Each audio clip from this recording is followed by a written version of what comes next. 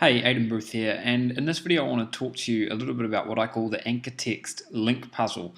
Now, it's basically the things you need to consider when building links to your website, when choosing the anchor text you want to use, when choosing where to point the links to on your site.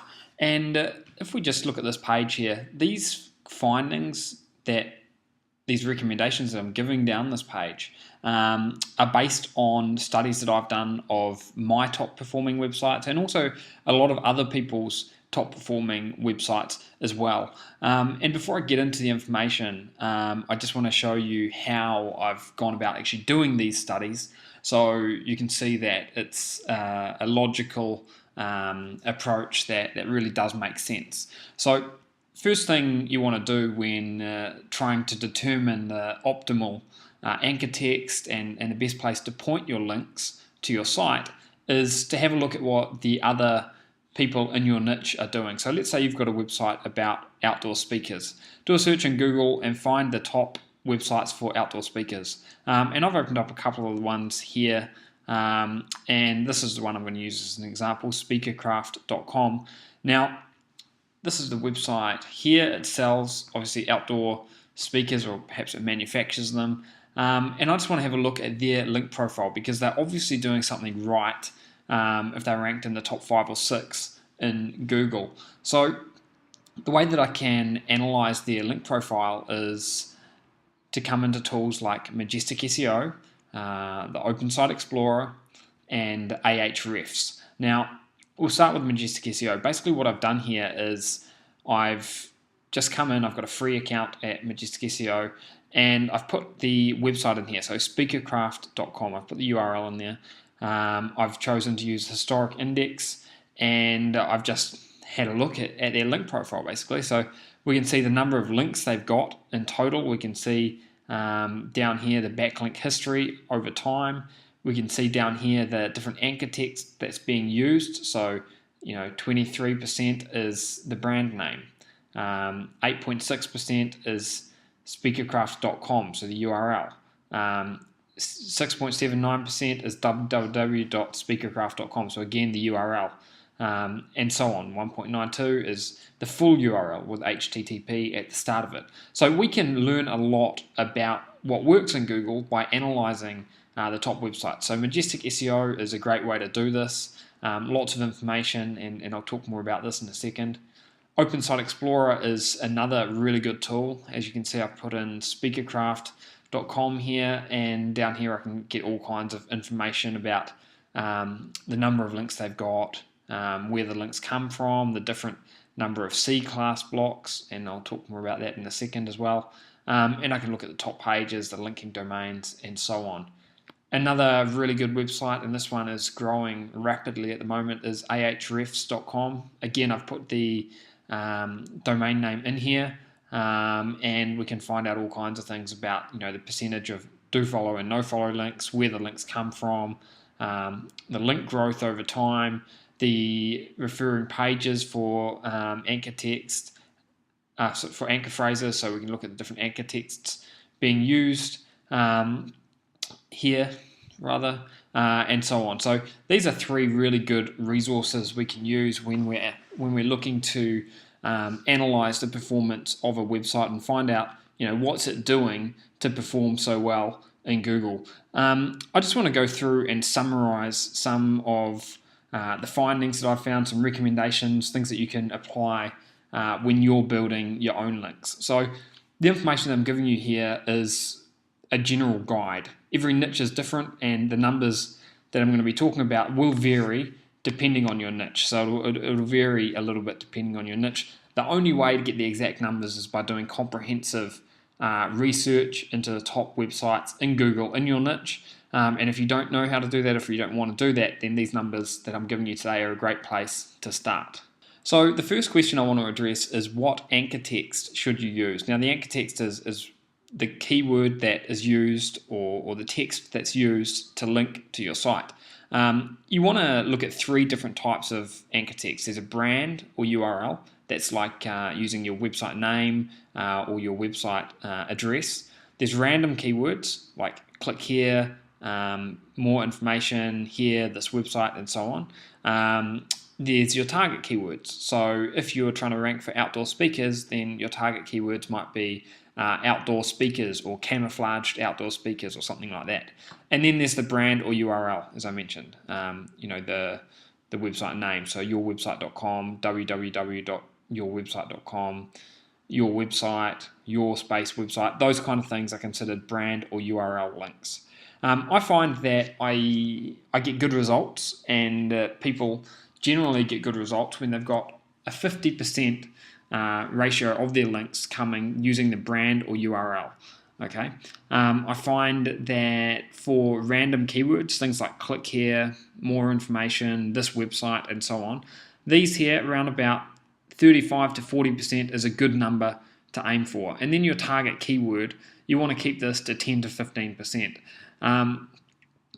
If the biggest real risk here is if you use your target keyword too often. So if you're using your target keyword 50% of the time, then you're going to be exposing yourself to being penalized by updates such as Google Penguin and future updates like that. So make sure your target keywords are not being overused as the anchor text. Make sure you've got lots of variation, and make sure you use your URLs a lot. Okay. The next common question is, where should you point your links? So, should all your links go to the home page? Should all your links go to the target pages? How's the best way to do that? Now, what I use for my websites is I aim to have 50% of all the links coming to the home page. Now, that's regardless of whether or not I'm targeting a certain keyword on the home page or not. I have 50% of the links roughly coming to the home page. I have about 30% of the links coming to target pages. So it might be something like yourwebsite.com/outdoor speakers or yourwebsite.com/ whatever your keyword is. So that's something that you want to keep in mind, is to have 50% to the home page, 30% to your target pages, and 20% of the other links scattered to other pages on your website. So let's take an example. Let's say that you've got a website, and we'll assume that your website's got 20 pages. So it's got a home page and 19 other pages. We'll assume that 3 of your pages are target pages. Okay, and so you've got the home page, you've got 3 target pages, and then you've got 16 other, let's call them supporting pages, pages which are not a strong focus from an SEO standpoint. And let's assume that you've got 100 links coming into your website. Now, if this is the case, the way that you'd want to do it, and again, you want to be a little bit flexible with these numbers, don't follow it exactly, but you'd want to have about 50 of those 100 links going to the homepage. You'd want to have about 30 of those links split between your 3 target pages, and the other 20 remaining links would be shared amongst the other 16 pages on your website. If you did that, you'd have a natural looking distribution of links going throughout your website. Okay, so that's a good way to do that. Another thing you have to consider is no follow links and do follow links. Now, no follow links are links which don't pass link juice to your website. So historically, people have thought that these didn't help you move up the rankings, didn't give you any SEO benefit really at all.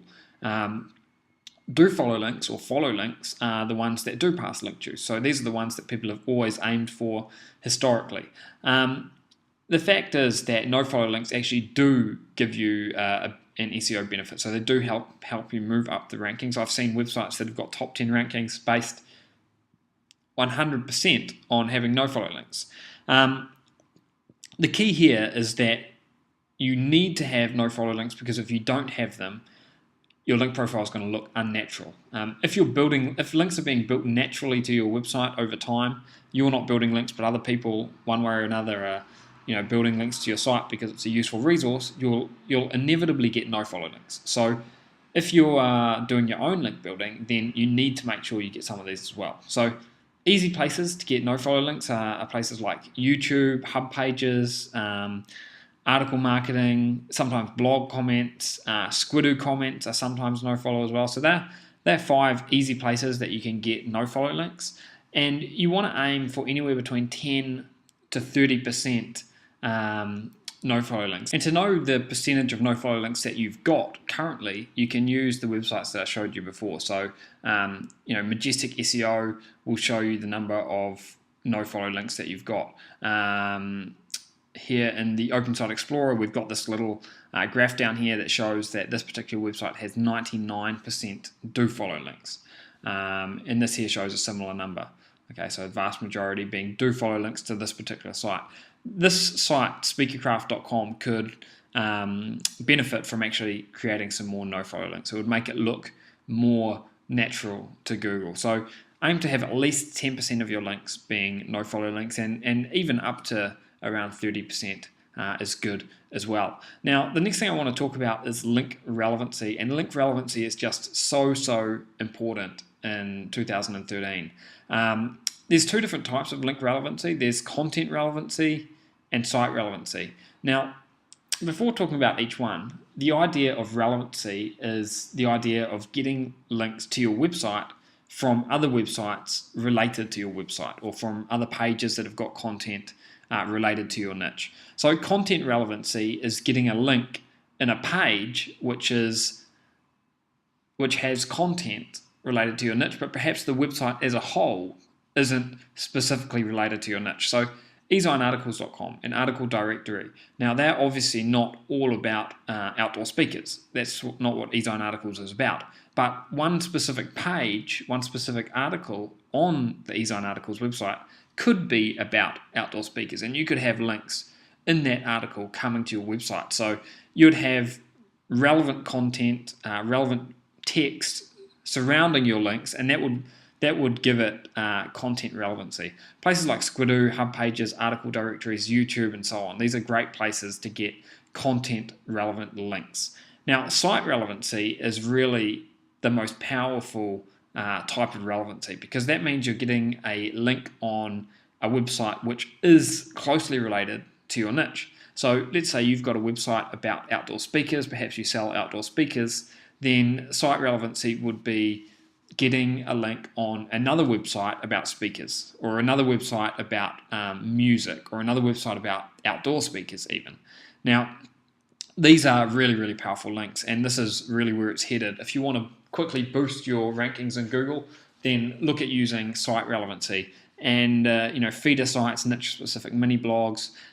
These are great ways to actually fabricate these site-relevant links yourself. Okay, so other SEO best practices, just to finish up here. Link diversity. It's critical that you get links from lots of different places. It's one of the best ways to give you a natural-looking link profile. If all your links come from blogs, for example, blog comments, then it's not going to be a strong link profile. But if you've got links on videos, on blogs, on articles, on sidebars, Web 2 properties, press releases, Facebook pages, Google Plus profiles, other types of social signals, as many different websites as you can, then you're building a very strong foundation, and you're giving yourself a good chance to actually prove to Google that you deserve top rankings. Now, another thing to take into consideration is CClass Variation. And CClass Variation is a technical way of saying that you need to have links coming from lots of different servers, lots of different hosts. If all your links come from one host, or one server, or one group of servers, then that's a pretty sure sign to Google that you're doing something to manipulate the search engine rankings, and they don't like that. So to get CClass Variation, get lots of links on lots and lots of different websites which are hosted in different places. Now, the only times you really need to worry too much about not having enough CClass Variation is if you're participating in blog networks, or if all your links are coming from perhaps your own server or something like that. If you're building if you're building your own blog network, for example, then make sure you distribute those blogs out across different hosts and different servers, because otherwise you will quite likely suffer from CClass Variation. And we can find out more about how much CClass Variation we've got by looking in the information in places like Majestic SEO. Here we can see CClass subnets. These are the number of different C classes that the links are coming from. Okay. The other thing that you should look out for and try to strive to get is continued link growth. Now, if you stop building links entirely to your website, let's say you've been building links for 3 months to your website and then you stop suddenly, it's not going to look natural to Google, because it looks like for the last 3 months you've probably just been trying to manipulate the rankings. If, however, you continue building links, a few links every single month, then that is a natural looking link growth. Now, websites like this one here, Majestic SEO, if I come into here and have a look at new backlinks, we'll see the new backlinks that this website's got over time. We can see a pretty, pretty consistent looking link growth profile. And we can also see the number of links they've lost over time for whatever reason. So you need to have a steady link growth. It doesn't mean you need to have hundreds and hundreds of links per month, but you need to have at least some new links coming in per month. Now, if your website has historically got hundreds and hundreds of new links every single month, then you shouldn't just cut down to getting 3 or 4, because that's going to look like a massive drop in Google. But if your website has, historically only got 20 or 30 links per month, then just continuing that or building a few links month in, month out is really going to help you show Google that you've got that continued link growth, and help prove to Google that you're not doing anything fishy or anything that looks suspicious to their Google robots. So to sum up, your link building needs to look natural. That means lots of variation, and variation in everything. Variation in anchor text, variation in the types of sites you're getting links from, and the pages that the links point to, and so on. If any part of your link profile looks unnatural, then you're really running the risk of coming under Google's microscope and actually losing rankings or struggling to get rankings in the first place. So when you're building your links, when you're trying to get top rankings, do whatever you can to make sure that your link profile looks natural, and you'll find that you go a long way to actually getting top rankings. And remember to make sure you change the anchor text and the places you point the links a lot, and make sure you get relevant links. They're probably the 3 most important things you need to do right now. If you find this video and this article on this website, aidanbooth.com, useful, feel free to hit the like button and leave me a comment. If you've got something to say, just leave a comment down the bottom here. If you have a question, or if you just want to say hi, you can do that. I read all the comments, they all get published, so I encourage you to do that. Thanks for listening.